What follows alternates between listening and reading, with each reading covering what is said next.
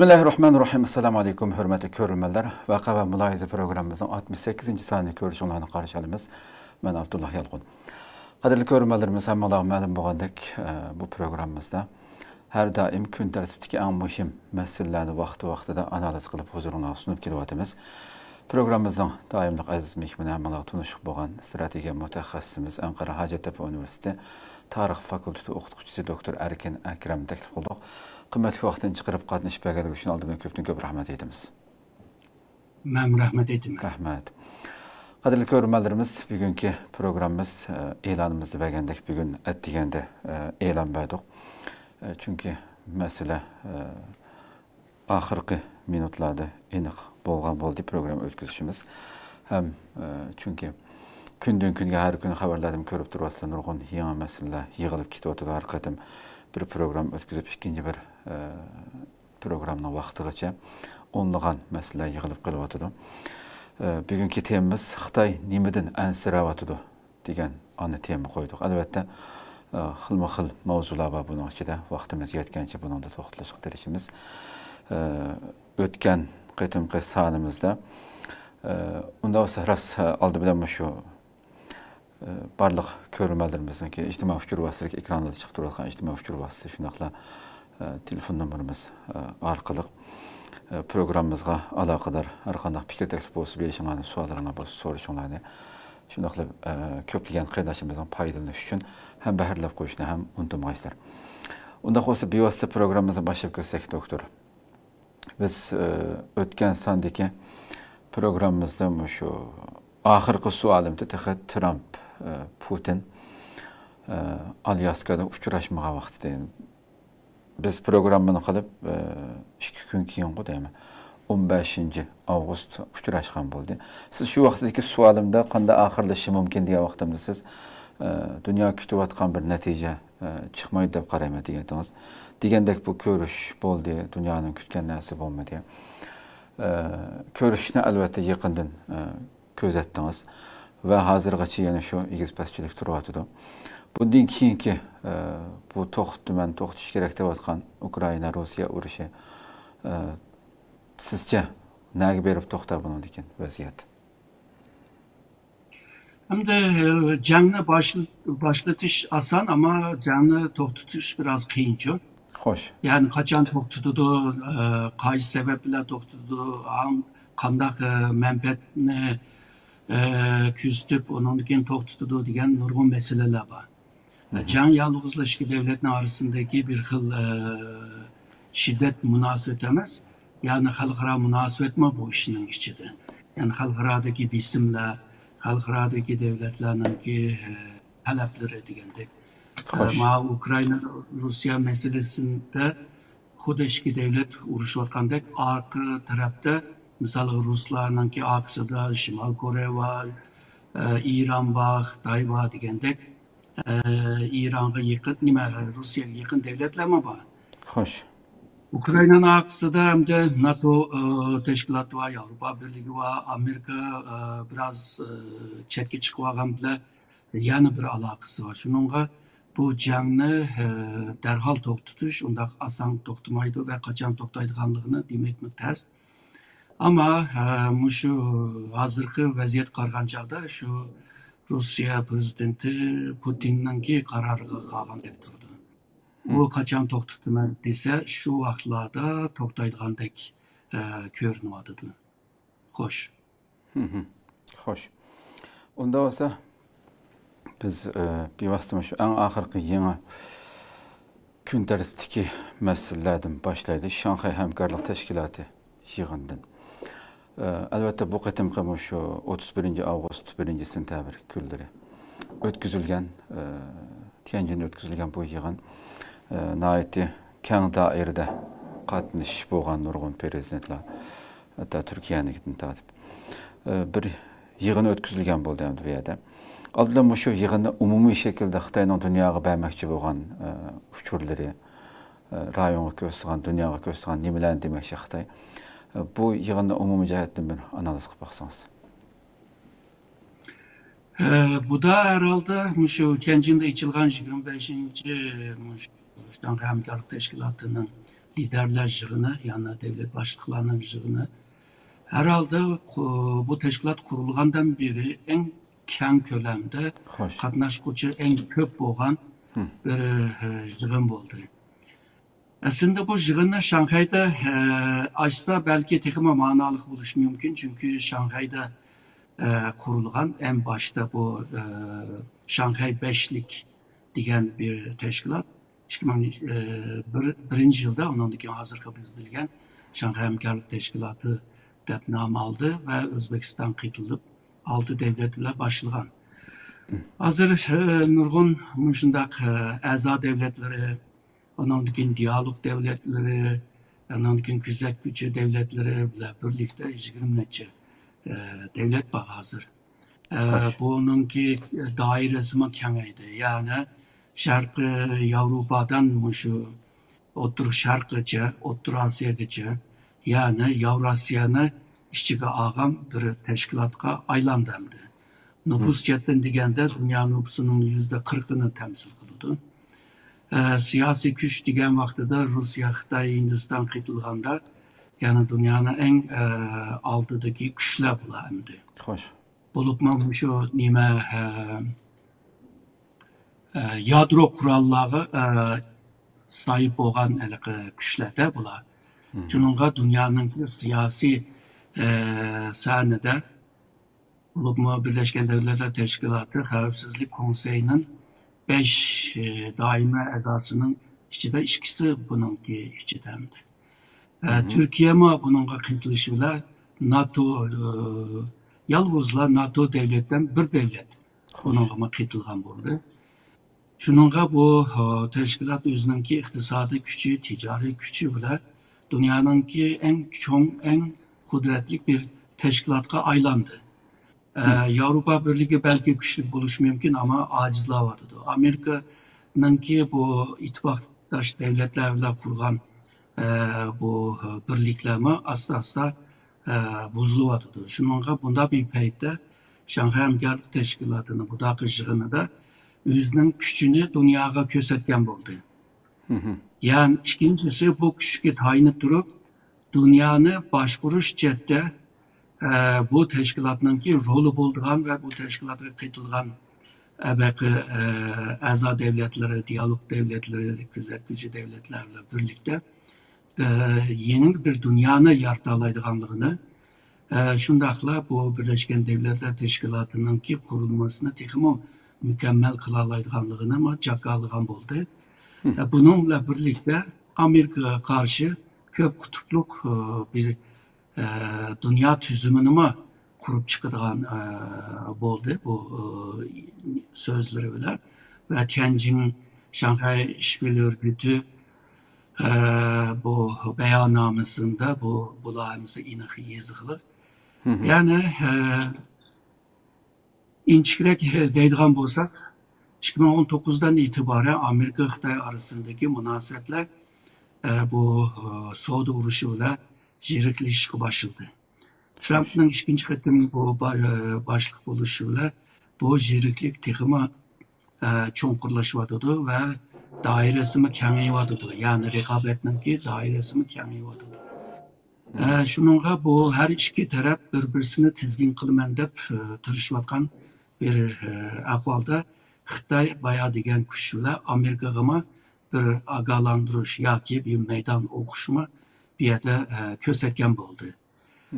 9. ayının 3'ü Xitay ondan ki bu 2. Dünya Vuruşu'nun kazanganlığını 80. yıllığını kutlaş için özününki kural güçünü ama dünyaya tanıtmakçı ve naiti köp yeni kurallarını kösetmekçi bir yerde. Yani her bir güçünü kösetken oldu. Hazırgıca Xitay'ın iktisadı naçarlaşkan olsuma burunqı ahvalılar siliştiğin çağda naçarlaştı da bunda düşünmüş lazım ama Xitay hazırgıca dünyanın ikinci iktisadı gücü. Yani umumi GDP'nin kırımı bile 18-19 trilyon dolar. Yani Amerika'nın 29 trilyon. Xitay'ın aksıda ergişip gelgen Germaniya olsa o 5 trilyon. Bu Japonya 4-cü bolğan Japonya ama şu 5 milyonga yakındır, 5 milyon, 5 trilyonga yakındır emas. Demekçi boğunum, yani Xitayning ağzı erişip gelgen devletler mi, Xitayning 2,5 ve 3'e barmaydigan bir güçtür. Bu cetten degan chog'da Xitoy bu dunyoning ikkinchi iqtisodiy kuchi bilan mushu chetdimi o'ziniki bir kuchini ko'rsatgan bo'ldi. Siyosiy, iqtisod va harbiy kuchi bilan bu yig'inning vasitasi bilan dunyoga o'zini ko'rsatgan bo'ldi. Ya'ni Amerikadan qo'rqmaydiganligini, jangdan qo'rqmaydiganligini bunu mu o iradesini mi bir yerde kösetken buldu. Hoş. Hoş. Doktor Hamdi, deganingizda hakikaten bu yig'inda biz ilgari qatam nurg'un suhbatlarimizda Xitoy davomli o'zini shu ko'p qutbli dunyo, uni qilaman, buni qilaman deb buni o'ttirib qo'yishga tirishib o'tmasdan shu o'tgandim shu Xitoy davlatlarininki BRICS davlatlarini tashkillamakdan atrofiga ko'p qutbli dunyo shakllantirish uchun degan. Bu qatimqi shu Shanxay hamkorlik tashkiloti yig'indimi? Buningga a'zo davlatlar misalni Hindiston va bularmi keldi degandek. Hamda shu atrofiga har qancha yig'ishga tirishgan bo'lsin Xitoy. Xitoyninki nurg'un siz qancha qatim so'zlab ketdingiz. Bir dunyoviy kuch Amerikaning o'rnini elishi, hatto o'tganda biz xabarimizda bad o'qimish Xitoyning shuncha bo'la bilgan iqtisodiy dunyoning ikkinchi kuchi degan bilan Xitoyning umumiy shu Amerikadagi masalan bir qancha shirkat Xitoyning umumiy iqtisodidan eshib ketgan darajada boyliqqa ega ekanligining bir xabarini berdik. Men yilqicha programning oxirigacha u sansifirini topmayman. Hozir siz so'zlayotganda bu keldi hamda. Ya'ni har qancha qismi bugungi bu shu dunyoviy kuch Amerika boshchiligida ekan. Va o'tganda masalan shu Alyaska suhbatidan keyin Trump butun Yevropani oldiga akab, Yevropaning liderlarini oldiga xuddi cho'chirni tizgandek tizib qo'yib, nurg'unlagan Turkiyada g'ulg'ul bo'ldi ham dunyoning hamma yerida ashlarni o'ltirg'ish shakllanmadi. Bundan keyingi davrninki hamda davomli mayli NATO bo'lsin, Xitoyninki shu rayonda jiddiy shaklda bizga qarshi harakat qilyotdi Rossiya bilan Xitoy deb. Davomli hozirgi NATOning boshqa buni o'tirib qo'yotdi. Sizcha Xitoyning bundaq ilgirlab mengishiga bugungi hokimiyat ustidagi kuch ruxsat qilamdi yoki buni parchalash uchun cho'qim bir harakat, bir ish chiqaramdi sizcha? Hozirgacha bu Trump hokimiyati Xitoyga qarta ilib olgan bu siyosati yolg'izlar shu tamoja bajini o'stirish, Xitoyga iqtisod tijorat chetda bir jazo berish degandek qilyapti. Ama bu Xitoyning hozirgi abay degan kuchga ega bo'lgan bu Xitoyni bartaraf qilish oson emas hamda. Bundan başka bu ittifaqdosh davlatlar bilan munosabatlarini yaxshi qilamadı. Şu Amerika'nın ichidami ba'zi tuzumlar, qonunlar degandek o'ma buzilyapti. Amerika jamiyatimi nechaga bo'linyapti. Yani bunda bir sharoitda Xitoyni bartaraf qilish pek osonga to'xtamayapti. Bugun misoliga shu Osiyo Tinch okeanida bu ittifaqdosh davlatlar bilan jiroqlashib qolsa, misol Japoniya, Janubiy Koreya, Filippin degandek bo'libmi, bu Hindiston. Ular bilan jiroqlashib qolsa, bular hammasi shu Xitoy bilan hamda yangi bir xil munosabat qurayli deydigan yo'lni izlaydi hamda. Bunaqa Shanxay hamkorlik tashkilotininki bu yig'inidami bunu ancha-muncha ko'rdik. Misolga Hindistonning boshlig'i Modininki o yig'indagi harakatlari, Putin bilan bo'lgan badan harakatlari, Xi Jinping bilan bo'lgan badan harakatlari degandek. Hatto Erdo'g'an bilan bir qo'l harakatlari bilan, ya'ni yaqinlikni bildirishga tirishyapti. Onun için Japonya bilan bir nayda yaqin bir munosabati var Modi'nin. Yani Asya Tinch okeanida Amerika agarda kuchini, ta'sir kuchini eğer de qoğdayamasa, misali Avstraliya, Yeni Zelanda mı özünün yolunu tapımız deb qopudu. Hazır mı bu gap sözler buluvadıdır. Mütehassisler, tədqiqatçılar bu Amerika'nın qılğan ilip ağam hazırkı siyasetiga karşı özümüzni qutqazmasak bo'lmaydi degan fikrlar, göz qarashlar, maqolalar, shu nimalar gap so'zlar bo'lyapti hozir. Xo'sh. Yani Amerika qilgan birinchidan Amerika'nınki iqtisodiy ve teknoloji gücü. Bu dünyada en ilgar bo'lg'achqa onu bir gücü. Amerika xalqınınki bayashat yaşayışı, turmuşlarınınki yaxshi bo'lişi, shu iqtisod gücü ve teknoloji gücü. Teknoloji gücünü qo'llagan bir ma'rif gücü var. Buna hazır Trump bu Milli Ma'rif Ministerliğini iptaşlaylı, üniversiteninki işlerine aralışaylı deb müdahale qilganchiq ahvollar bor. Ve shundaqla Amerika'nınki yani bir gücü bo'lsa, şu şerik devletleri bilan, yani ittifaqdosh devletler bilan şekillendirgen bir sistem var, bir tüzüm var. Bu sistem, o tüzümni hazırlıca buzalığanlar yok. Yani Sovyetler İttifakı mı bir teşkilat kurgan, yani o Varşava Part degan. O mu NATO'ga takabül turamıgan yani misalga. Bugün biz bilgen misalga Birleşken Devletler Teşkilatı deymiz, Dünya Ticaret Teşkilatı deymiz, Dünya Bankası deymiz, Asya Terakkiyat Bankası deymiz. Hemsi Amerika'nın ki kurgan bu iktisat ve finans sistemi, yani pul muamele sistemi. Buna hazırlıca bozalığan yok. Amerika kılgan yani bir güç olsa, şu ittifakdaş devletlerle xavfsizlik cetteki bir hemkarlık. Bu üç güçke karşı neyle kim olsun hazırlıca meydan okup Amerika'nın bir taraf kılalığını yok. Ama Amerika hazır özü bayağı güçlenme bozuladıdır. Yani Amerika Xitayga karşı, Rusya'ya karşı, başka devletler karşı bir hatalıklar kılınıvardı. Tabii ben hatalık dağıtım ama bazı Amerikalıklar için bu hatalık emas, doğru andı bu. Çünkü hatalık, doğruluk kişiye karab, devletke karab, ilgi boğan medeniyet, kültürü karab bağlaşma okşumaydıcı, doğru hatalığını.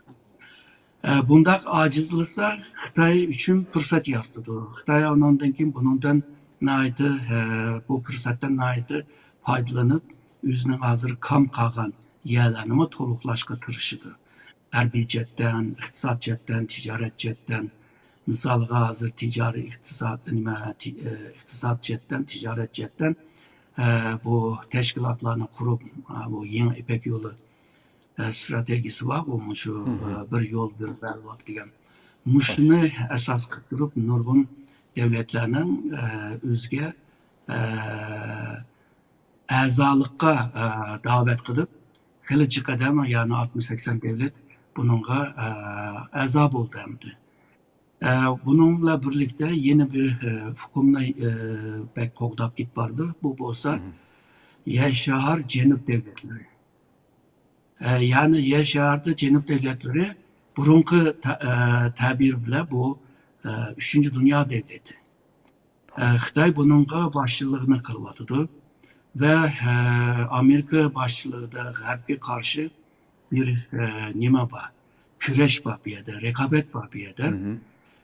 Ve bu da ama misalga bazı devletler özüne bu Yaşar Cenub devletleri degan bu statüge ekirmegen bolsa veya buna kabul kılmagan bolsa, misalga Xitay reisi Xi Jinping aşı uçurgan devletlerine şu Cenab-ı Yaşar Cenub devletinin azasıdaydı. Bu da Türkiye Cumhuriyeti'nin reisi Erdoğan bağlanmakta da köreşken vakti da Xi Jinping Erdoğan'la görüştü mü?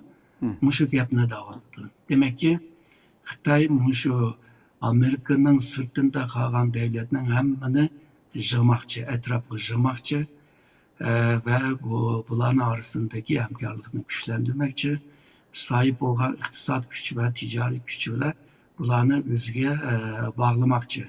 Her bir gücü bile bularını çöçütmekçi. Çöçütkenden keyin hemkarlık kılıdı öyle bir. Bazı adamlar qoqqashqa, o qo'rqitgan adamga yaqinlik ko'rsatdi bu. Shunga o'xshash shundoq Amerikaningki qilgan xatolaridan foydalanib o'zini texmi kuchlantiryapti. Hozirgi vaziyat mushamdi. Xo'sh. Xo'sh. Endi Amerikaning men abay sizga topma dedim ya, ama xabarni biz 7-oyning 19-kuni berib ekanmiz. Yani Amerika'nın 7 şirketi bütün Xitay iqtisadını dastlab o'tib ketdi desak bo'ladigan darajada hamda. O qaysi şirket deseniz Nvidia, Microsoft, Apple, onun kendinden Amazon, Alphabet, Google, Meta, yani Facebook Meta'nın ana şirketi. Andaki Broadcom degan bu 7 şirket şu 18,84 trilyon dolarlık bazar kıymetiga yetken bulup, bu rakam Xitayning 2024-yillik ichki ishlab chiqarish umumiy qiymatini eshib ketgan deb, bu tafsilotiga kirmay bütün hammasini chiqarib Xitayning eng o'g'isini qaynatgan yeri bu yerda Xitayning eng cho'ng xalqqa echib etilgan umumiy bozor Xitayning ichidagi eng cho'ng 7 shirkatning umumiy bozor qiymati faqat 2,3 trilyon dollar bo'lib, Amerika texnik magnatlari igdorchiligidagi 18,84 trilyon dollarning faqat 12%iga to'g'ri kelgan deydi. Hatta Xitoyning o'g'isini qaynatgan mushin bir selishtirim bo'lsa, bu xabardagi faqat Nvidia'ning 4,2 trilyon dollarlik bozor qiymati Xitoyning eng cho'ng 7 shirkatining butun iqtisodining 2-siga yaqin bo'lishi bo'lgan deb bir xabar chiqqan ekan. Bu derecede bolsa mesela bütün Xitayning nimasi hamda. Sizce mesela Amerika bunu texminlik kuchaytirish uchun her tarafdan bo'g'yapti, mesela har xil jazo. O'tganda madir Koreya prezidenti bilan ko'rishgan vaqtida Aqsaroyda agar bizga magnitni bermasa, ham bu siyrak to'pi masalasi ham bu qatim magnit debdi. Buni bermasa 100%ga chiqarma deb pat-patliq taklif qilib turdim. Ve başka özünün ittifaqdaşlarını yığıvatı dönmezsen ki. Eğer bunun qo'shimcha qilgan aşağısı qo'shsin bo'ldi bo'lmasa. Misal Amerika hakikaten küçük bir devlet. Ama bayağı degan, siz degan o 7 şirketinin kıymetini biz matematik hesap bilan qilyapmiz. Shuningga Xitoydan manda kuchlik deyolmaymiz. Fakat bu 7 şirketning ishlab chiqargan malını qaysi devletke en köp setildi? Xitay. Yani Xitay. Çünkü kembag'al devletler bundan yüksek teknoloji mahsulotini alamaydı. İkinci Xitayning bozori pek cho'ng. U yerga bir tane, 2 tane satmaysan da satganda. Shuningga bu Amerikaning bu şirketleri Xitay bozoridan ayrılışını xolamaydi. Fakat bu Trump'nınki siyasetinden tüpeyli hazır kolunu yıkan bile ulanınki közü yanı Xitay bazarıda. Hoş. Şununla bu Amerika'daki bu şirketler hudu Trump'nınki gibi kırıp cim tuğan bile ama ular yana yeni bazar izleş lazım. İkinci çoğun bazar bu Avrupa Birliği ama nüfus cetten Xitay bilan silishtirganda bekle azamdi. Ular alalaydı. Fakat Avrupa Birliği bilan münasebet tejrik Amerika'nın. Ularga kamchilik satalaydı. Avrupa Birliği ma özününki şu teknolojini güçlendirishga tirishyapti. Agar da qo'lingda mashunda jiq kuch turib, buni yaxshi foydalanamisan, buni ishlatamisan, buni shu jon tekkidek yerlarga urib salamsan, o vaqtida qo'lingdagi bu boyliqlar qo'lingda qoladi yani. Çünkü onun bir fonksiyasi bo'lishi lazım. Yani bu boyliqlar, bu kuchninki. Bunga Amerikaningki ahvoli bir chetda burundan kelgan bir kuch bor, ama hozirgi bu siyosetdan tüpeyli bu kuchni taz ravon ishiltamayotdi. Yalg'izla cheklash bilan jazo berish bilan bir yerga bog'liq bo'lmaydi. Boshqa bir yo'llanma izlash lozim. Xalqaro munosabatlar yalg'izla xafa bo'lib qolsam seni jazolandirman, xo'shal bo'lib qolsam senga tamoji bojni tushirma degan bilan bo'lmaydi. Buningki nurg'un omillari bor. Nurg'un texnik murakkab masalalar bor. Bularni bir tutash ilib borgan taqdirda onundan keyin Xitoyni tizgin qilishga bo'lalaydi. Hamda Amerika hukumati har yangi hukumatga kelgan chog'da bir yilning ichida bir milliy xavfsizlik strategiya hujjati deydigan bir hujjat chiqardi. Bu hujjat tabii hammasini oshkor qilmaydi. Umumiy hujjatda buning bir e'lon qilgan bir hujjatda biz bu Amerika hukumati nima ish qilmoqchi bo'lganligini ancha-muncha o'rganaymiz hamda. Xo'sh. Ama hozirgacha Trump buni e'lon qilgani yo'q. E'lon qilgandan keyin biz naq bilalaymiz, Trump hukumati nima ish qilmoqchi, ya'ni Xitoyga qarshi. Hozir bo'layotganlardan qarab uni davatimiz. Xo'sh. Shuningga bu raqib bo'libmi o'ziga kuchdan o'ziga yaqin bo'lgan raqibga qarshi yalg'izla matematik, fiziki ang bilan bu ishni ilib borsa bo'lmaydi. Boshqa masalalarni o'ylash lozim. Ya'ni bir tutash bir strategiya bo'lishi lozim. Xo'sh. Hozirgacha bu strategiyani ko'rmadik. Balki chiqqan vaqtida balki texmi aniq javob bergili bo'ldi. Hozirgi mushu jarayonlikda mashinchilik nima baholaymiz-da. Xo'sh, xo'sh. Ko'p rahmat. Endi albatta Erdo'g'anning bu qatim ziyoratga bu yig'inga Shanxay hamkorlashgandan qatnashishimi Turkiyada butun kanallarda nima ayrim munozaralar bo'lib ketdi hamda. Tafsilotga albatta Turkiyaning ichki siyosatiga bizim hem de nurg'un Uyg'ur yashayotgan ekan bu yerda. Qisqadan bir kirsak, sizcha hamda bu albatta Turkiya yuqorida so'zlaganingizdak birdan bir NATO davlati bu yig'in qatnashgan. Bu davomli yillardan buyon shunday Xitoyning bir aylik qatnashgan vaqtida Turkiya o'zining Turkiyada nurg'un g'ol bo'lib ketdi. Sepi Turkiyaning sepi nada bo'lishi kerak? G'arb tarafdami yoki Xitoyning beshi Xitoy bosh bo'lib mangan bu sharq tarafdami degandek. Sizcha bu Turkiyaning tutgan pozitsiya siyosati o'ynayotgan siyosati bu yerda uningki g'arbdagi nurg'un do'stlarni ittifoqdoshlarini bearam qildigan harakatlar bo'lishi mumkin hamda. Sizcha Turkiya qanday siyosat o'ynayotdi bu nimada hamda?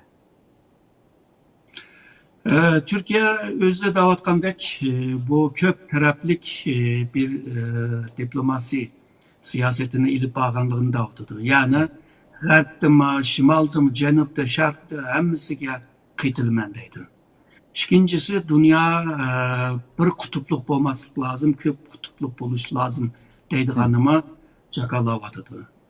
Dünya meselelerini şu Birleşken Devletler Teşkilatı ramkasında yani texmi yaxshilaştırgan bu Birleşken Devletler Teşkilatı bilan şu buzuluşga başlayotgan dünyanın yani dünyanın tüzümü, sistemi, tertibi bozulyotdi.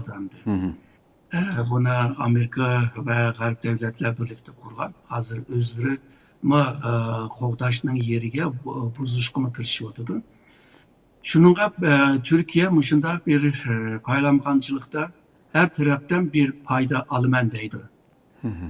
Bu kaçan bu özgürdü diyende misal değil. Muşu soğuk uruşta dünya iki kutupka ayrılgan. Ya ma tarafta tursa ya a tarafta tursa diyen bir tallaşını mecburluğun vaxtıda belki Türkiye bir tarafını tallaş mümkün hamdi. Fakat Türkiye şu her iki taraf emas, ben öz aldımga bir siyaset ilip barmen diyen bir siyasetini sınıgan, misalıga, şu 2. Dünya Uruşunda. Hem Germaniya bilen yakın emas, hem de bu ittifakdaş devletler bilen yakın emas dep özünü chetke çıkırıp algan ve o vaqtida Cumhurreis İnönü bunu tamponluk bir siyaset dep ilip algan. Keyin ondan keyin bu bazı materialga qarasak, misalıga şu 43 yılın ahırda başta şu Kahire'de keyin Tahran'da içilgan yığın batı. Bu jangdan keyin, 2. Dünya Uruşundan keyin dünyanın qandaq bölüşüp almamız degan bir yığın hamda maxfiy yığın. Hazır hamda o materiallar oturğu çıkarsa köydü. Eşeğde misalıga İngiltere'ninki baş ministri Churchill deymiz, bu Sovyetler İttifakı'nın başlığı Stalin deymiz. Türkiye'ye bir caza beriş gerek dep şunu teklif kılgan hamda. Çünkü bu şu işkilik oynavatıdı bu dep. Şu vaqtida Amerikan nimisi devlet başlığı Roosevelt bununla pek köңül bölmügeçke bunu bir karar kılıp alamadı. Ama bu 2. Dünya Uruşu'dan keyin Sovyetler şu İstanbul Boğazı'na ilişki tırıştı. Hatta şu Türkiye'ninki şarkı taraflarga askerlerini yığıp hem de şu Karadeniz'de askerlerini yığıp u yerdeki o şark taraftaki Ermenilerini kuşketip ve o topraklarını ilip bugünkü Ermenistan'a kıtıp birdiğini dep ajna bisim işletken. Türkiye bu bisimde hem de her iki yani bir tarafını tutuşka toğur kildi hem de. O vaqtida ondan keyin NATO'ga a'zo buluş mesele gün tertipke keldi Türkiye'de. 1951'de Kore uruşu başlagandan keyin Türkiye mi bizim Kore uruşuga qaytılaylı dep o hamda NATO'ga kirishninki birinci bileti bo'ldi hamda. O bilet bilan NATO'ga a'zo bo'ldi. Yani başta chetga chiqib olsimi, oxir kelgan chog'da yani uruşlar şiddetlengen vaqtlarda satla nayda iniq bo'lgan chog'da Türkiye mi amal yok bir tarafına talashga to'g'ri keldi. Şununla bu kelgisinde Türkiye qaysi yolunu tanlaydı? Şark yolunu mu, Garp yolunu onu sözleş biraz kıyın ama bir mülçer bir tahmin kısak yani şu Garp tarafına tutuş mümkün dep oylayman. Hoş. Köp ihtimalle şu demek hoş. Köp rahmet. Hem de elbette şu her qetim meyli kim qaysi devlet bolsun Xitayga münasebeti yaqinlashgan siri onunki şu devlet bilen şu devletdeki halkımız olsun, faaliyetçilerimiz olsun Şarkı Türkistan davası köstüğün təsiri biraz aksi təsir bulduğanlıq eniqamda. Bu qetim kimi elbette halkımız kütken bolsunmu dekin hiç qanday bir tilga elinmedi. Xi Jinping bilen görüşüşüde Erdoğan'ınki. Elbette Palestin meselesi bilen dünya günterisi bu başka onu mu uyadaki yığanda oturğu koyuptu mesela. Lekin yana bu en vahşi zulüm buluvatkan bu bizden meselelerimiz tilga elinmedi hem de. Bu ahtimaga bir şey gap qilsangiz mesela bizden davanınki bizden meselelerimizdenki tilga elinmay ötüp ketişimiz. Türkiye'deki bulup mu nurgulluğun yüz manlarca insan yaşayatkan bir yerdeki. Bu burunqi şu programlarıma degan 2015 7. aydan itibaren Türkiye Xitay bilan yaqinlashish siyosetini ilib bordi. Ve şu 2015 Ramazan'ın ahirki günde bu Ramazan'ınki şu iftar yemek tamakta Erdoğan şu çetelliklerini kütüp alan bir ziyafette. Bu ziyafette Şarkı Türkistan'daki Uygur meselesi biraz bazı meseleler gumanlık dedi. Çünkü bazı videolar, resimler yalgan dedi. Şununla u yerdeki zulüm meselesi mi gumanlıktaydı. Yani zulüm var mı yok mu inik emas dep. Onundan kim bu Türkiye'ninki TRT bolsun, Anadolu Ajans bolsun. Bular onundan keyin Şarkı Türkistan'a berip bir qancha resim video tatip keldi. Yani Uygurlar qanday rahat yaşayotganligini, aşkanda qanday yaşayotgan, camide, mescidde namaz kılayotganligini ko'rsatib, bu yerda shu chet eldagi Uygurlarning tashviq qilgandek bir ahvol yo'q degan bir xulosani ko'rsatdi. Bu bir. İkincisi, şu 2015'nin 4. ayda Türkiye şu Xitayga ilip bargan siyasetini qanday qilamiz deb bir yepik yig'in qilgan. Bu yig'inninki xulosa hamda Xitoy bilan ilip bargan bu diplomasiya munosabatda Uyg'ur meselesini qayirib qo'yish lozim. Yani bu munosabatdan chiqarib o'tish lozim.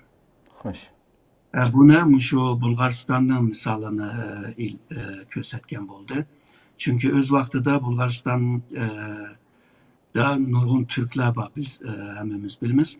Bu turklar şu siyosetga aralashgan, partiya qurgan degandek. Faqat Bulgaristan'da bular Türkiye'ninki adimi deb. Shuningga bu Bulgaristanning ichki manfaatlariga ziyon beryapti deb. Chunki Türkiye şu Bulgaristan'daki Türk halkını kollagançı uç kaçlar, iktisat cetten, siyaset cetten. Keyin şununla bu Bulgaristan Türkiye münasebeti jertleşkendikin Türkiye hem de bu Bulgaristan'daki Türk teşkilatlarına sizler bek arlaşmanla biz Bulgaristanlık Türkler şununla biz özümüzün işini özümüz kılımız degendikin Türkiye arlaşmagandan keyin iki devletin münasebetine yaxshi qarab mangdamdi. Bu misalni berib turib, Xitoy bilan shunday bir munosabatni ilib borsak, Uyg'ur masalasini qayirib qo'yib, undan keyin munosabatlar yaqinlashadi deb qaror bergan. Ve 2015'ten kim şu bayramın birinci gününde Cumhurbaşkanı Erdoğan Xitoy ziyaretiga borgan ve bayağı degan şu Yeni İpek Yolu stratejisining jamoat yig'iniga qaytilgan. Shu vaqtida Xi Jinping o'tirdi ve ikki tarafda Erdoğan bilan Putin bordi. Shu vaqtida Türkiye'ga bergan ahamiyati yuksakdi. Onundan keyin ochilgan yig'inda bunday bir ahvol bo'lmadi ve ba'zi yig'inlarga Cumhurbaşkanı qaytilmadi. Hamda Türkiye Xitoydan kutayotgan iqtisodiy cetteki bu o'ng'ayliklar, ticaret cetteki o'ng'ayliklar bulup mu ticari temponsuzlukni tuzitish chetda mablag' selish chetda bir kutgandek bir seviye kelmadimdi. Türkiye'ye ming necha yuz Xitoyning şirketi içildi ama Türkiye'ye salgan mablag'lar bek uşak, bek kichik. Şu elektrik maşin nimeleri var, mablag' selyapmiz deb. Ama onunki mesele başka, yani tepsili kirmek. Yani demekçi boğunum. Türkiye 2015, bugün 2025, 10 yıldan beri Xitoy bilan yaqinlashishimiz deb shu munosabatni qurib kelgan. Hatta Xi Jinpingni 3-4 qatim Türkiye davet qilgan ve kelmadimdi. Şununla bu iki devlet münasebetinde Türkiye'ninki kütken o seviye, o görünüş hazırca tek amelleşmedi. Xo'sh. Şununla bu iki devletin arasındaki münasebette çokum Uygur meselesi gün tertipke kildi. Ama bayağı degandek Uygur meselesini qayirib qo'ygan, Uygur meselesi hakkında bir siyaset cette ya bir diplomasi cette bir ya da bir siyasetini iniq uçuk yemeydi. Eksice anda Xitoy Türkiye'ye deydi, terörizmge karşı hemkarlık kılaylı deydi. Türkiye mi deydi, terörizme karşı hemkarlık kılış lazım deydi. Ama her iki devletinin davatkan teröristler başka. Türkiye'nin davatkan PKK ve FETÖ'cüler. Xitoy'un davatkan Uygurlar. Yani hemisi iki tarafta bir teröristge karşı hemkarlıktaydı ama Kaysi teröristke karşı hemkarlık kılıştı mı? İnih nesi yok. Yani demek ki mücmel ifade bile hemsi özününki isteyen sözüne davadıdı. Ama o noktada tegmevadıdı. Hoş. Yani bunda yürüp gelgen çağda Türkiye Uygur meselesinde yani Xitay bile boğan münasebette Uygur meselesini hakkında bir hal kılış uslup yoki hal kılış çarelerini teki izdigine yok. İmkan bolsa bu Uygur meselesi iki devletninki münasebetini bozmasa deydiğen göz kararlar var. Bunu Türkiye'de nurgun jurnalistler deyimiz, mutahassislar davat ediyor bu gapni. Hatta şu Uygur meselesi halkara küntertte koyup yani toluk mındak çıkan vaxtlarda misal 2019-2022 arasında Türkiye'de mi nurgun adamlar şunu dedi. Yani Amerika Xitay bile küreş kılış için ya ki rekabet kılış için Uygur meselesini bahane kıldı. Hoş. Yani Uygur meselesinde bir neresi yok. Bahane kılıvadı hem de Uygur meselesini gün tertipke ekip durup Türkiye'ye tingip Türkiye Xitay münasebetini bozuvadı diyen nurgun gap sözlemi var. Saranlarca. Doğru. Şununla Türkiye'ninki meyli şu akademisyenlerinin arasında bolsun, diplomasi ailesi de bolsun, ticaret ve şu iktisat sahalarda bolsun. Bu yerdeki adamlar Uygur meselesinin şu iki devletin münasebetini bozmasın deydiğanlardı. Tabii Türkiye'de nurgun halk Uygurlarga ihsasçılık kılıdı. Ama kılgan ihsasçılık şu Filistinliklarga kılganın milyonda bir emesinde. Hoş. Bunda bir ahval var. Peki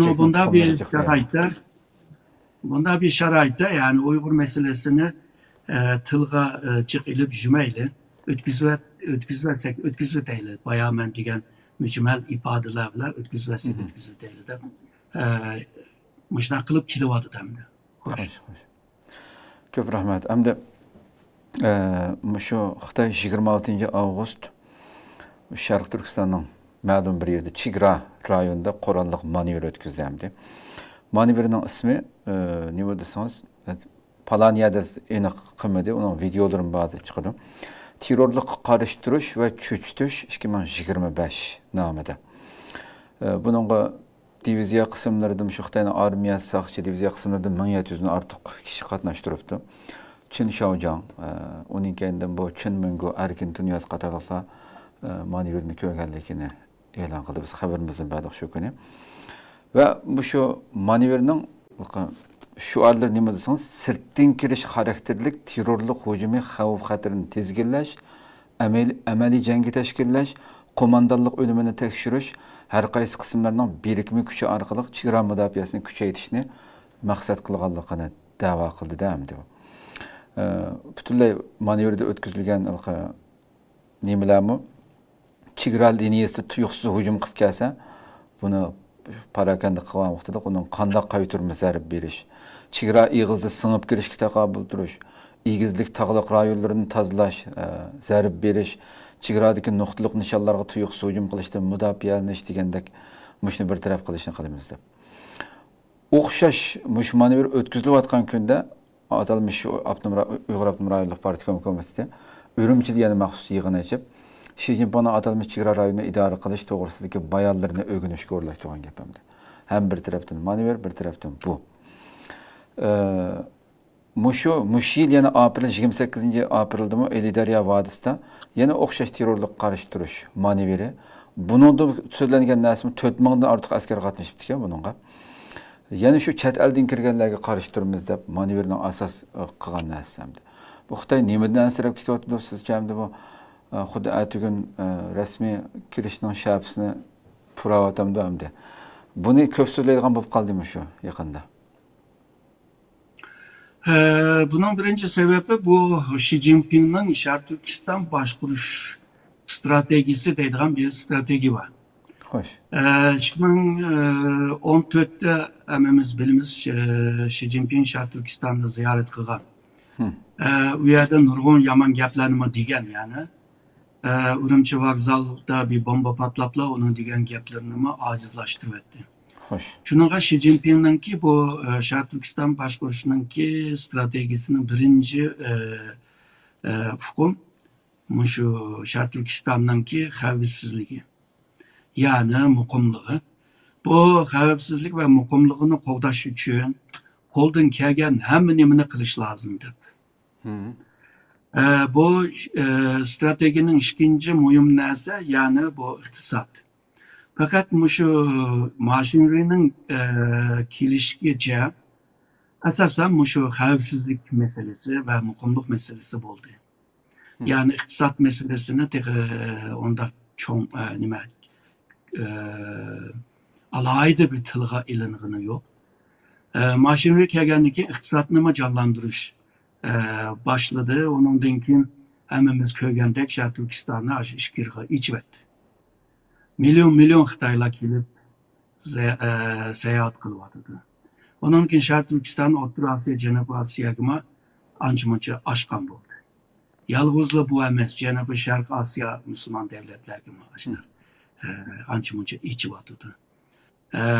Bu turizmchilik, ishlab chiqarish jihatda, iqtisod, tijoriy jihatda tirishib kelyapti. Yani demek bu Xi Jinping'ninki ikki asos temaninki birisi shu xavfsizlik masalasi.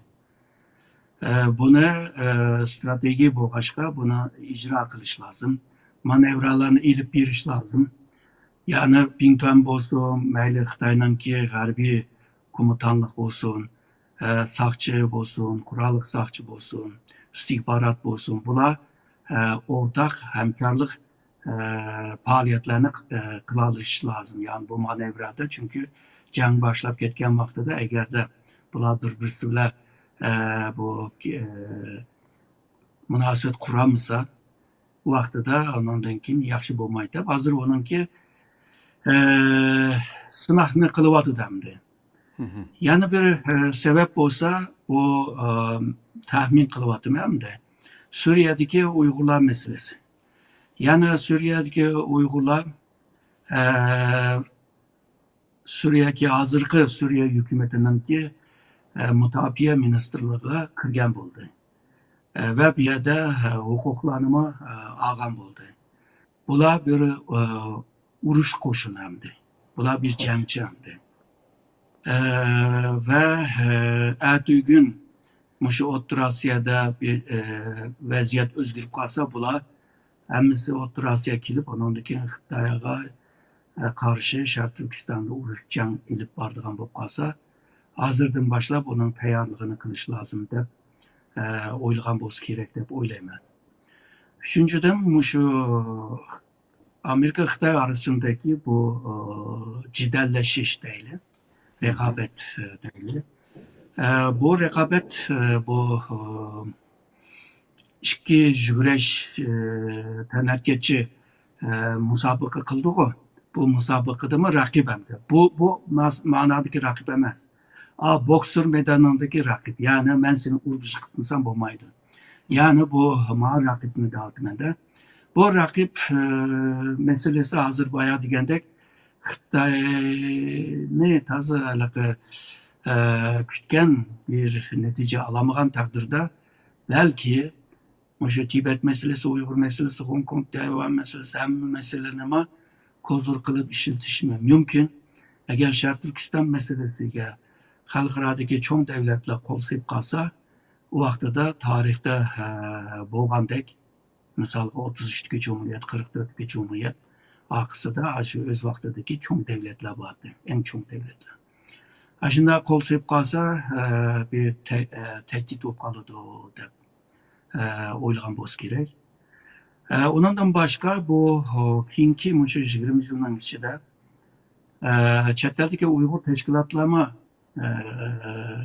kuchlangan bo'ldi. Ya'ni balki kutgan saviyada emas, ama burunqi bilan selishtirgan chog'da dunyoning 20 necha davlatlarda tashkiloti bo'lgan va harakatga o'tolmaydigan, ya'ni siyosiy diplomasiya jihatdan hareket götürülüyor. Bunda bir küşküme iyi. Ve çetel çıkanlarının ki bir kısmı bu da özüne bu davaga berişlaşka ve bu davaga özünü kurban bergeçke. Bu tügmez bir dava oldu. Yani birinci evlat, çetelge çıkan birinci evlatlar emas. Ben devatkan birinci evlat. Tabii İsa Yusuf'ta Kim Mehmet İmen Buğra Efendilemez. Şu 1980'in ahırı 90 yılı boyunca çetelge çıkanlar devatın. Bularning ki birinci evlatlar misal hazır yaşlanıp kaldı. Bular kesse ularning ki akısını yani yaşlanma kelayotganini ko'ryapti hozir. Shuningga bu yoshlar kelsa bu ish tugmaydi. Misal davom qiladi. Shuningga bu tuyuqsiz hozir dunyo buzilyotidi, cho'zilyotidi. Bu cho'zilayotgan bir jarayonda bu Uyghur teşkilatlarına hem siyasi hem harbiy chetdan hamkorlik qilib bu ishni cho'ngaytib ve Sharq Turkistondagi muqimligiga ziyon berami deydigan o'yma bo'lishi mumkin deb o'ylayman. Xo'sh. Hakikaten deganimizdek yani Türkiye'deki bütün etrafı urush ichida o't ichida bo'lgan bo'lsa biraz şu sebepten de o'ylashi mumkin insan. Hammasi etraftaki devletler Xitoyning Changildagidek bir ko'rinish va sirtdan qarasangiz. Yana masalan şu manevrni oldikayında şu Xitoyning şu Pokiston tashqi ishlar ministrligining qoral kontroli, qoralsizlantirish va xalqaro bexatarlik bo'limi qo'shimcha katibi bosh elchi Tahir Andirabi Xitoy tashqi ishlar ministrligining qoral kontrol bo'limi bosh mudiri Sun Xiaobo bilan Beijingda ko'rishib, yani şu ikki davlat o'rtasidagi 10-chi qatimliq şu yig'inkan bu qoralning tarqilishining oldini olish yani. Bu albatta Pokiston bilan deysiz, yani şu Xitoyning yurikining pok-poklaridan mishadin bir ish chiqib qolarmi deb. Amaliyotda Pokiston Xitoyninki bir viloyatidagi hammani xohlaganini qildigan bo'lib ketishgandi. Shunda bo'lsin, yana bu shunday yig'inlarning o'tkazilib turilishi yuqori deganingizdek Changilda bo'lsin, yana ansirab turdi ekanda hamda dushman hamda. Siz çünkü Sharq Turkiston bir mustamlaka rayon. Besvagan yer, tatvagan yer. Şu. Yani onunki zihninde bu yer meniki emas, bu yerdeki xalqlar manga qarshi chiqyapti meni hokimiyatimga. Shuningga bu yer devamlı qo'ldan chiqib ketishining ehtimoli xavf bor. Deydigan ansirash bor. Buni taki qachon degan vaqtida Sharq Turkiston xalqining Uyg'urlik kimligi ve Sharq Turkiston kimligini yo'qotgan taqdirda onundan keyin biraz rahat bo'lalaydi. Ki hozirma shuni qilyapti. Misalga Sharq Turkistondanki sarxillarni hammasini turmaga tashildi. Lagerga soldi. Xo'sh. Bir jamiyatda sarxillar bo'lmagan taqdirda, aydınlar bo'lmagan taqdirda, munavvarlar bo'lmagan taqdirda o jamiyat bo'lamaydi ve kimlikni tiklayamaydi. Xo'sh. Bununla kimliksiz bir cemiyetke aylandırılan takdirde ve insan oğlu devamlı aidiyet yani kimge ait olganlığını isteydiğen bir varlık hamdi. Şununla bu Xitay sanğa Cunhua Minzu, Cunhua milleti diyen kimlikini tinladıdı. Hazır Sharq Turkiston'daki şikvallardan sorsan hemmisi özüne Cunhua milleti deydi. Xitay da bakamdı da ben guman kılma yani. Xitay özüne Hanzu deydi ama Mence demeyeceğim o doktor. Ama Uygur ballağı hemsini bunu ütüp oldu. Yadaldır ötüptü. Şununla bu Sharq Turkiston'da bu kimliklerini yoktu etken vaxtıda kimliksiz bir cemiyet devlet kuramaydı. Çünkü hazırki devletler hemsi kimlikle kuruldu. Şununla bu Xitay'ın ensirəşləri qarda bu Sharq Turkistonda ilib bağlan bu zulüm aşına nişan kılvadıdır. Məqsəd kılvadıdır. Yani kimligini yoxutmaq. Bu təfsili nəslərini deməkli. Bundan keyin çeteldima muşu bolsa çeteldiki təşkilatlarını acizlaşdırış, işçideki fitnələrini köpəytiş. Ondan keyin nəgi bardı degende işçideki Sharq Turkistonliklar, taladiki Sharq Turkistonliklarını tıllaydıgan, qajlaydıgan bir halga ekiliş. Yani sen xalqlar sırtda müşna qalamqanchilik qilib bizga müşunda ziyan beryapsa debçi. Aşağılığa ekiliş. Ahırda şununla Şarkı Türkistanlıkla kimligine tatqız koygandan keyin fiziki fizyologiya jihatdan beden var ama kimlik yok. Yani meyli milli kimlik, meyli dini kimlik. Bu narsa yo'qolgan vaqtida onundaki hatırcam bulamiki deyman. Çünkü bundan 100 ve 150 yıl evvel Xitoyninki janub tarafdagi Yunnan, janub tarafdagi şu Guizhou deymiz, Guiyang merkezi Guizhou deymiz. Ondan keyin bir qism bo'lsa Anhui deymiz. Bular Xitoyning yeri emas deydi. Ya'ni Xitoylashmagan bir yerdi. Hatta Gansu, Qinghaymi shundaqdi. Ama 100-150 yıl o'tdi, u yerni hech kim Xitoyning yeri emas demaydi hozir. Yani bu degan rayonlar Xitoyninki mangu ayrılmaz bir zemini degan gapni tapaqan adam ko'rmadim yani. Deyishni hojat qolmadi. Çünkü ularni assimilat qilib etdi. Yet bayramda ular Müslüman emas-ku. Ularning bayramida o'zining bir kiyimini kiygizib Xitoycha so'zlagizib Xitoy tefekkür bilan ifoda qilib qilg'izib boqadi. Ama Türkistan'da mı bu halığı erkegen çağda kanandaki biraz hatırcam buluş mümkün.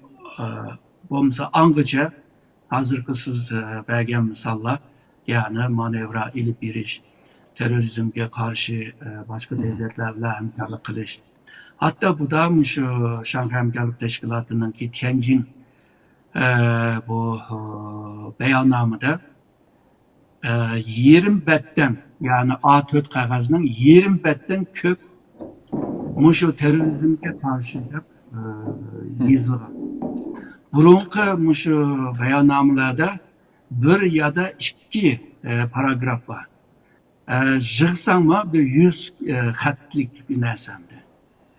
Bu da endi bu Tianjin'ninki bu nimisinde şu beyannamada 540 xatlik nima var. Terörge karşı qandaq hareket qilish degan. Demek ki bu ensreş maqidimki Tianjin'ninki bu beyanname yani Şanghay Hemkarlık Teşkilatı Tianjin beyannamesinde mi ayan bo'lgan değil mi?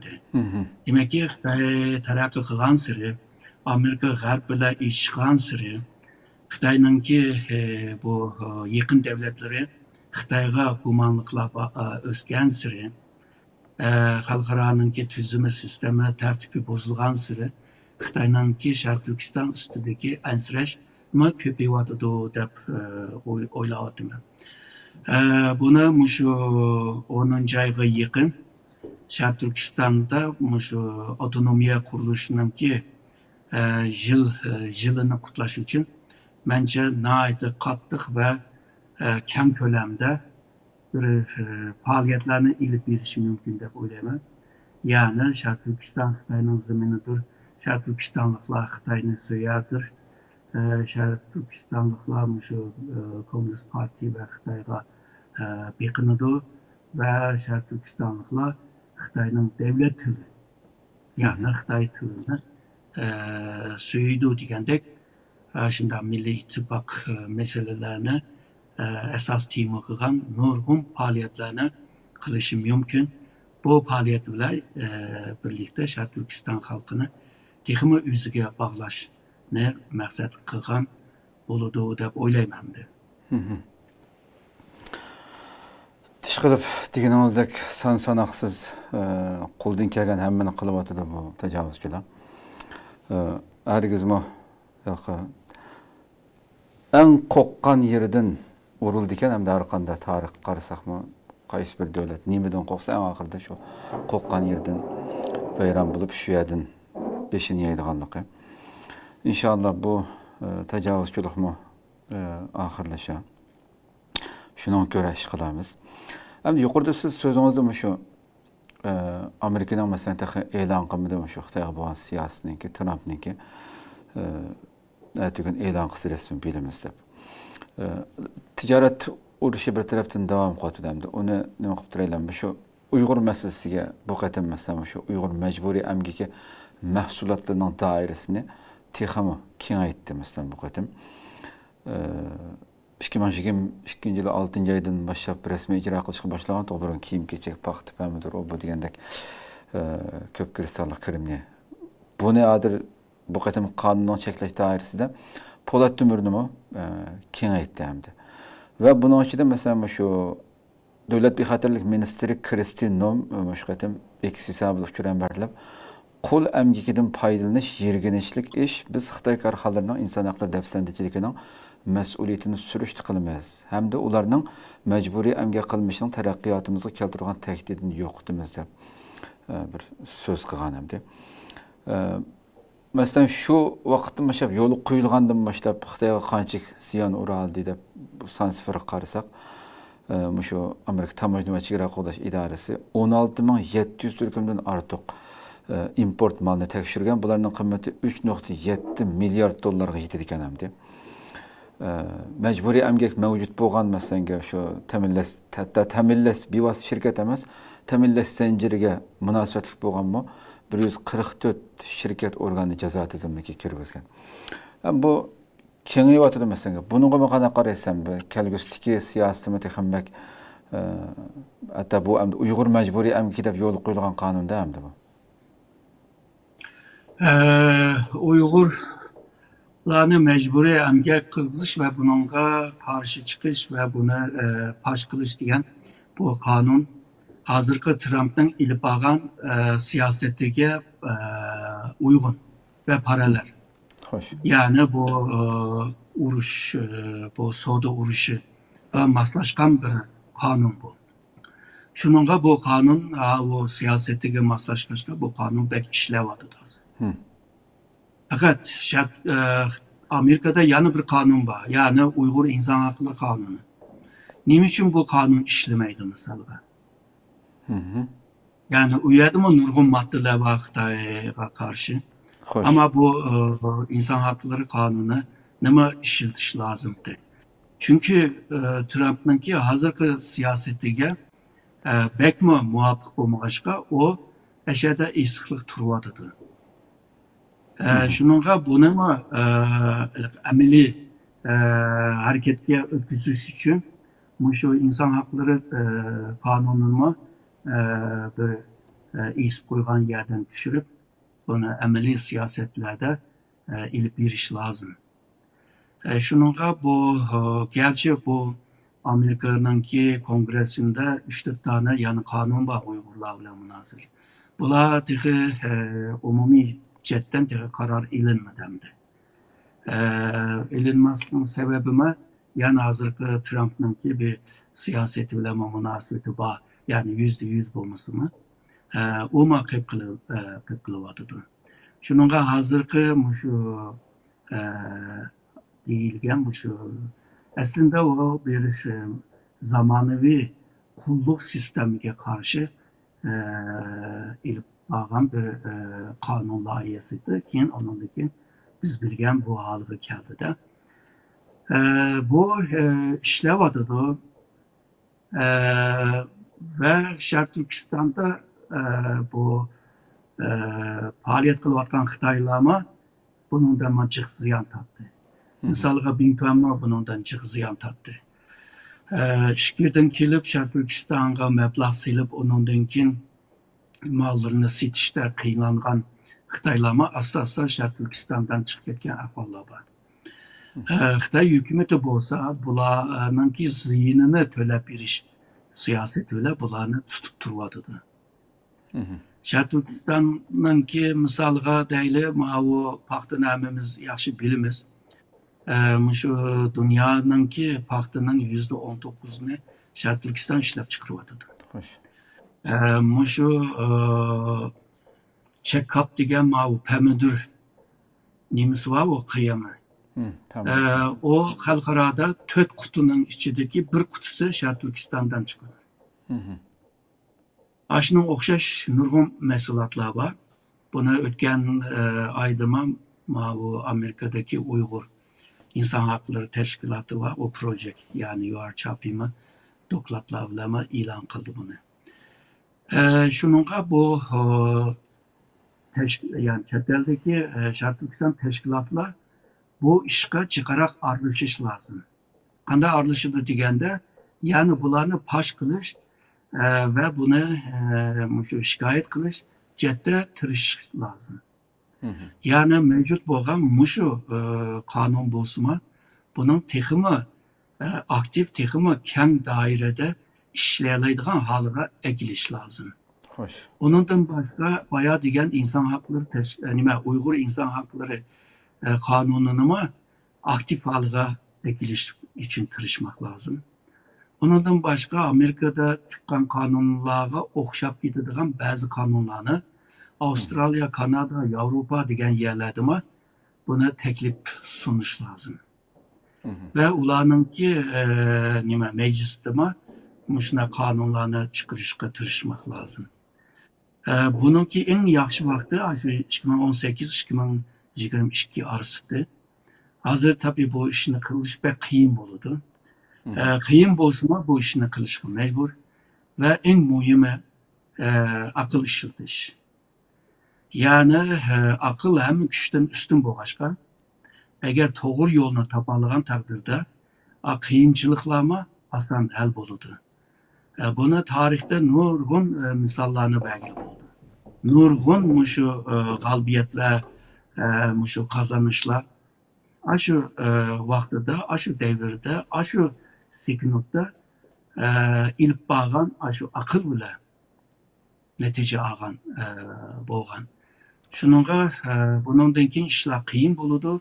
Xalqaro vaziyatlar bayağı degandek qaylanqanlashib ketib bordi.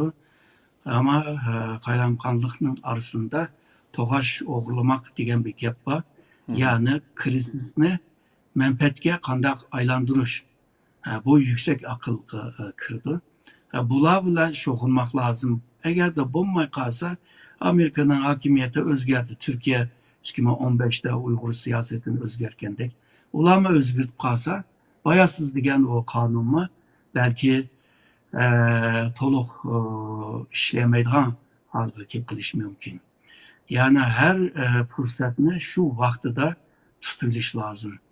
Bo'lmasa fırsat o'tib ketsa, vaziyat iqib ketsa, vaqtida onu tekrar canlandırış qiyin bo'ladi endi. Xo'sh. Xo'sh, xo'sh. İçine çıkışlar qilib doktor. Atlab öteyim şu. Hatta Xalqaro Kechirim Teşkilatı'mı 3 yıldan buyon xalqaroning hech ish qilmasligi şu Bahçelit vaqtida e'lon qilindi hamda insoniyatga qarshi jinoyat shakllantirgan bo'lishi mumkin deb. Shu e'lon qilingandan buyon hozirgacha tuzu kerak bir ish qilmaganligi butun xalqaro jamiyatniki bu nomus qilarlik ish deb bir bayonot e'lon qilgandi. Atlab o'tib ketay. Haqiqatan yani nurg'un ishlar shunday ketyapti doktor. Ama shunday bir vaziyatda hamda Xitoy ikki tarafdan shunday butun pastkashlikni qilyapti.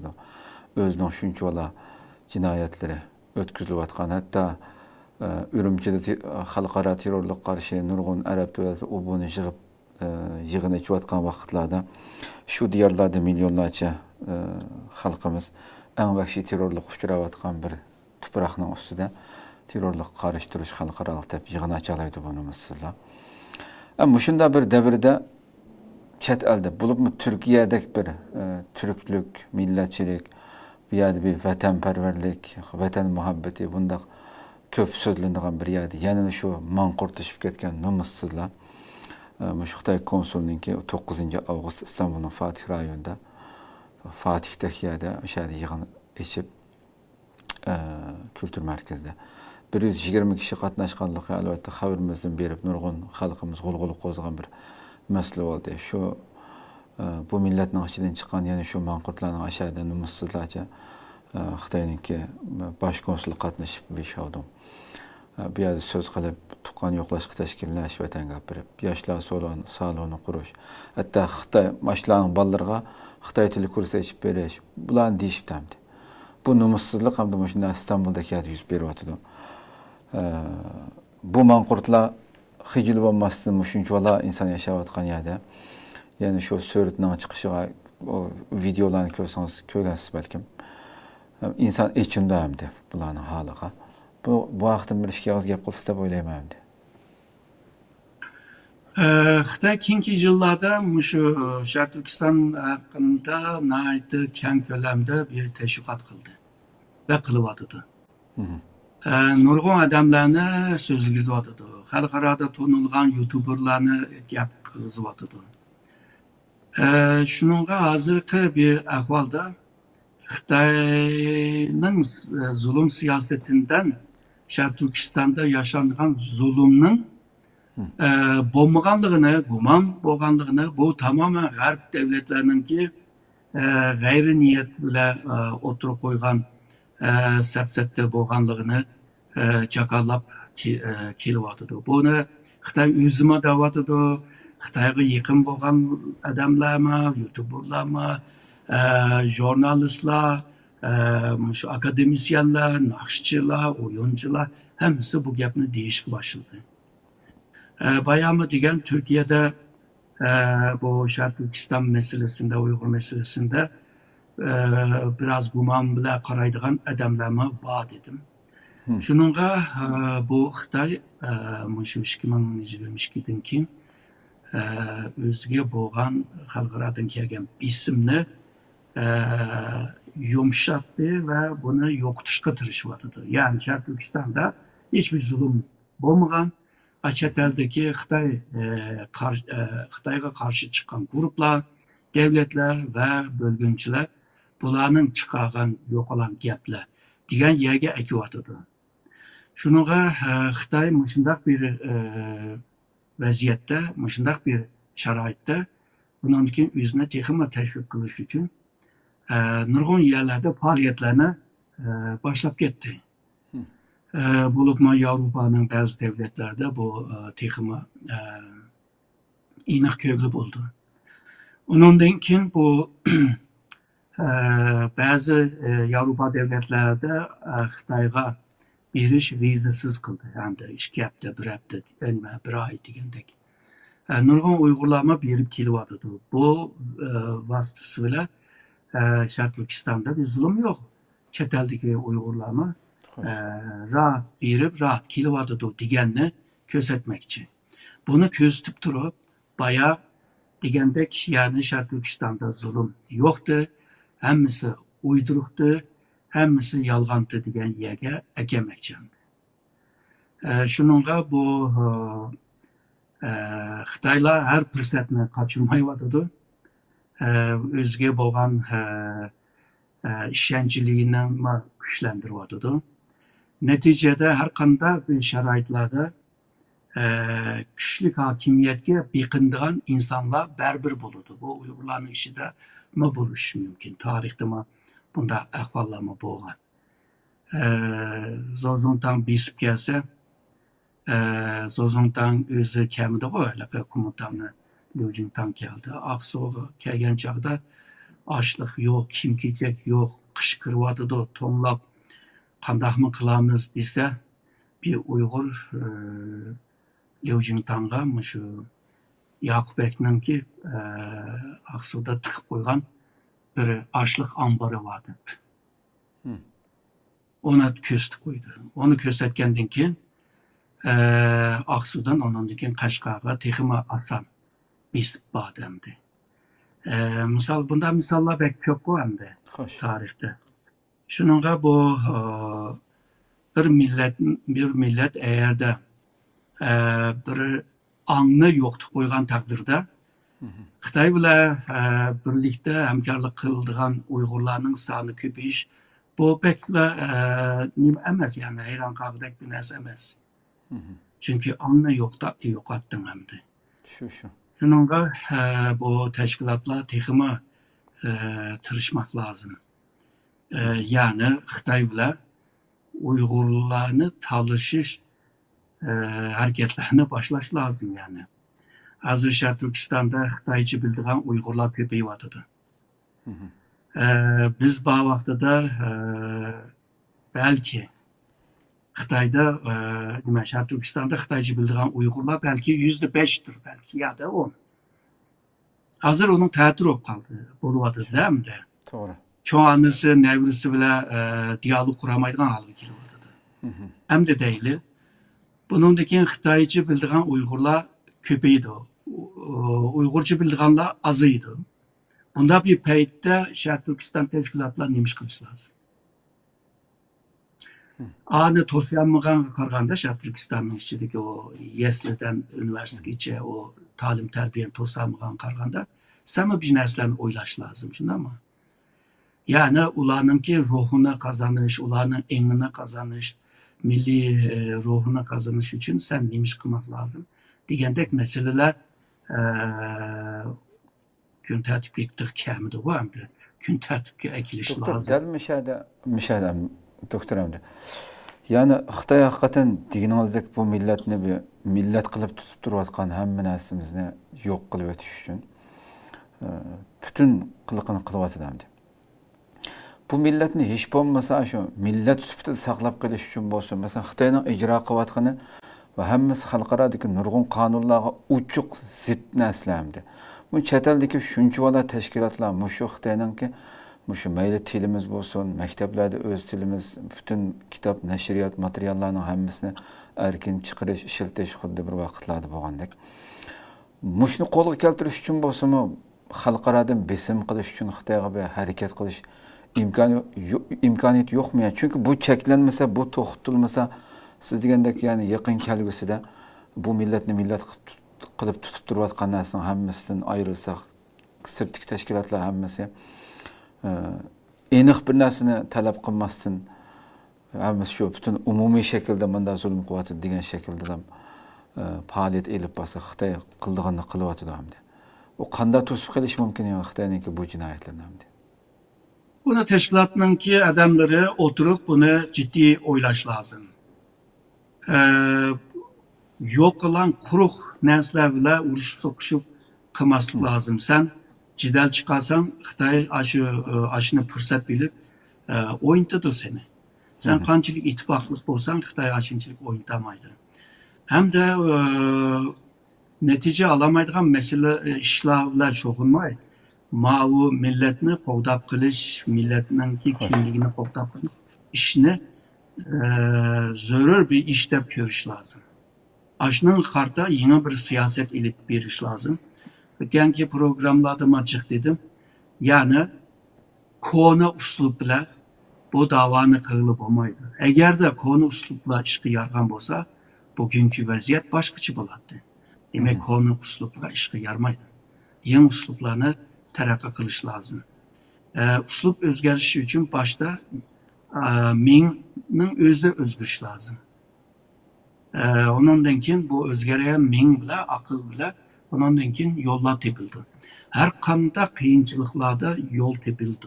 Ama akıl bile buludu bu. Yalvızla hissiyat bile, yalvızla varan çürün bile bu işini ilip beriş ve kıyın. Hoş. Hoş doktoram da belki çıkmasınlar kayıp kaldı vaktim uzurap gitti. An ahırda bir sorularla tüketey. Muşu Xitay ve Rusya tuncu kıtım Asya Tinç Okyan rayonunda ortak harbiy manevr ötküzgen bu payette okşaş vakti Amerika tarafı 11 devletinden katlaşılan Indonezya'da bir harbiy manevr ötküzüldü hamdi. Çünkü bu vaxtda mesela başladım dedim. NATO baş katibi Mark Rutte'nin sözü varmış o. Xitay ve Rusya'nınki manevrga alakadar. Rusya bilen Xitay harbiy iqtidarını kengaytip biz bilen qarşılaşışqa tayyorlanyapti. Dep Rusya'nın bu yıl içinde 1500 tank bir san dep beripti bu yerda. Xitayning dunyodagi eng chong dengiz kuchiga ega ekanligini ta'kidlab, ular biz bilan uzun muddatli kurash va raqobatga tayyorlanyapti. Shunga biz cho'qim anda qilishimiz kerak, manda qilishimiz kerak degandik. Bu ikki Xitoy Rossiyaning manevri ham 11 davlatning Indoneziyadagi manevri. Buni qisqa bir so'zlab tugatsak programımız. Hem de bu burunki vaqtlarda dünyanın siyasi merkezi, iktisat merkezi, ilim merkezi, teknoloji merkezi Avrupa G'arb dedi. Hoş. Şu keyingi 20 yıllardan beri bu bayağı degen nimeler, sahalar Asya Tinç Okyanusu'na kaydı. Misalga Asya Tinç Okyanusu'da Dünyanın en güçlü iktisat güçleri var. Amerika birinci, Xitay ikinci degandekçi. Japonya burun 3-cü, hazır 4-cü oldu. Misalga Mao Hindistan 5-ci. Ondan keyin Mao Janubiy Kore, Vietnam, Avustraliya, Yeni Zelanda degandek devletler qo'shgan taqdirda, yani dünyanınki iktisat ticari merkezi Asya Tinch Okyanusu kaldı. Hem de bu menfaat bir yerde olan için siyaset mi bir yere kaydı. Çünkü Xitay yükseldi. Xitay yükselgenden kim mevcut tamponluklar bozuldu. Mevcut tüzüm ve tertipleme bozuluyordu. Normalde şu hemen hemen bozulgan vakti da insan tüz dışkı tırışıdı. Bazı devletler oturup çıkıp men tüzdümen deydi.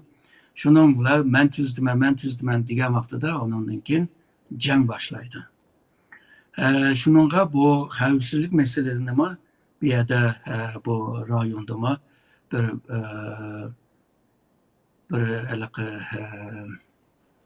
gelip kırıcı bir meseleye ayrılmadıdır. Ve bir yerde nurgun kurallar, yeni kurallar, konu kurallar işlep çıkırmadıdır. Özü işlep çıkıramagan bolsa, çetelden seytip ilıvadıdır. Asya Tinch Okyanusu'da en köp kural seytip ağan devletler Asya Tinch Okyanusu'da. Yani jığıp kelgen çağda, yani bunu tetikleyen, yani buna hareketke sağan o bir sebep buldu bu. Bu sebep Xitay'ın yükselişi. Xitay'ın yükselişi bile bir yanın tamponluğunu bozuvetti. Bozgandan keyin hem de çoğun devletler bir yerge kilişki başlaydı. Xitay mı korkmay meydan okugandan keyin, korkmay her bir küçüğünü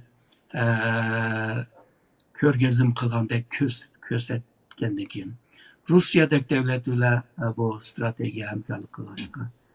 Yani Garp devletlerini ensreşki silvadıdı. Avrupa burun bayağı digendek merkez idi. Bulama merkezden uzaklaşını mı ensreydi? Şununla bu merkez Asya Tinch Okyanusu'na aylangan bolsa biz mi arlışaylı bununla? Deydiğen niyet mi var? NATO bolsa hem de NATO'nun kuruluş sebebini bilimiz. Sovyetler İttifakı vardı. Bu Varşova Part diyen bir teşkilat vardı. Onunki nişanı inikti aşlığa karşı. Hazırki bir peytte hem de nişan inik emez. Xitay'ını kösteydi ise biraz baldur ama hücretleri de Xitay'ını bir rakipte pürvadıdır. NATO'nun çıkan nurgun hücret var bir yerde müşürler yazıklı. Şunun NATO'ma özüge bir nişan tepiş lazım. Hem de bayağı degende Xitay'ını kösetkenden ki o vakti de hem de şu Asya Tinch Okyanusu'nu NATO'nun ki daire işçiye, yani alaylı deydiğen bir niyet mi var? Göz karışma var bu. Ama Amerika bu cihette belki kımay vatıdır. Belki tırışçanlık kımay vatıdır. Bir yerde 4 devlet ittifakı var. Quart deydiğen. Bir yerde 5 köz deydiğen istihbarat hemkarlık teşkilatı var. 5 devletten teşkil yapkan. Bir yerde Trump'nın ki birinci kıtım hakimiyet beşiği kelgen çağda Indo-Pasifik stratejisi vardı. Bu stratejime burunkuga okşaş pek aktif emez. Onundan başka misalga Tayvan'ı inik qoğdaş gerek. Misalga Biden hakimiyeti vaxtida Biden 3-4 qitim Tayvan'ı biz qoğdayımız degan. Ama Trump Tayvan'a bisim işletiyordu. Tamoji bağışını östürüyordu. Ve bu çip degen bu yüksek teknoloji mesulat var bu. Buna hemen köçülep Amerika'ya apırış lazım dedi. Tayvan'ın iktisadına ziyan bir vardı. Ama Amerika'nın Pentagon yani Mutafiye Ministerliği Tayvan bile yani bir münasebetlerine devam kılıyordu. Şununla Tayvan'ın işçide bir ensreşler peyda buluyordu. Yani bu Amerika bizne Can Bokaz qoğdamda qoğdumamda deydiğen gumanlıklama bağansırı üsüyordu. Xitay mı bunundan faydalanıp Tayvan'a boğan teşvikat bisimimi güçleniyordu hazır. Şununla bu Trump'nınki hazırki bu siyaset Amerika'nı xudu chetde tutup durup Jiraktan aralışıdığan bir xil siyaset ile ilip biriyordu.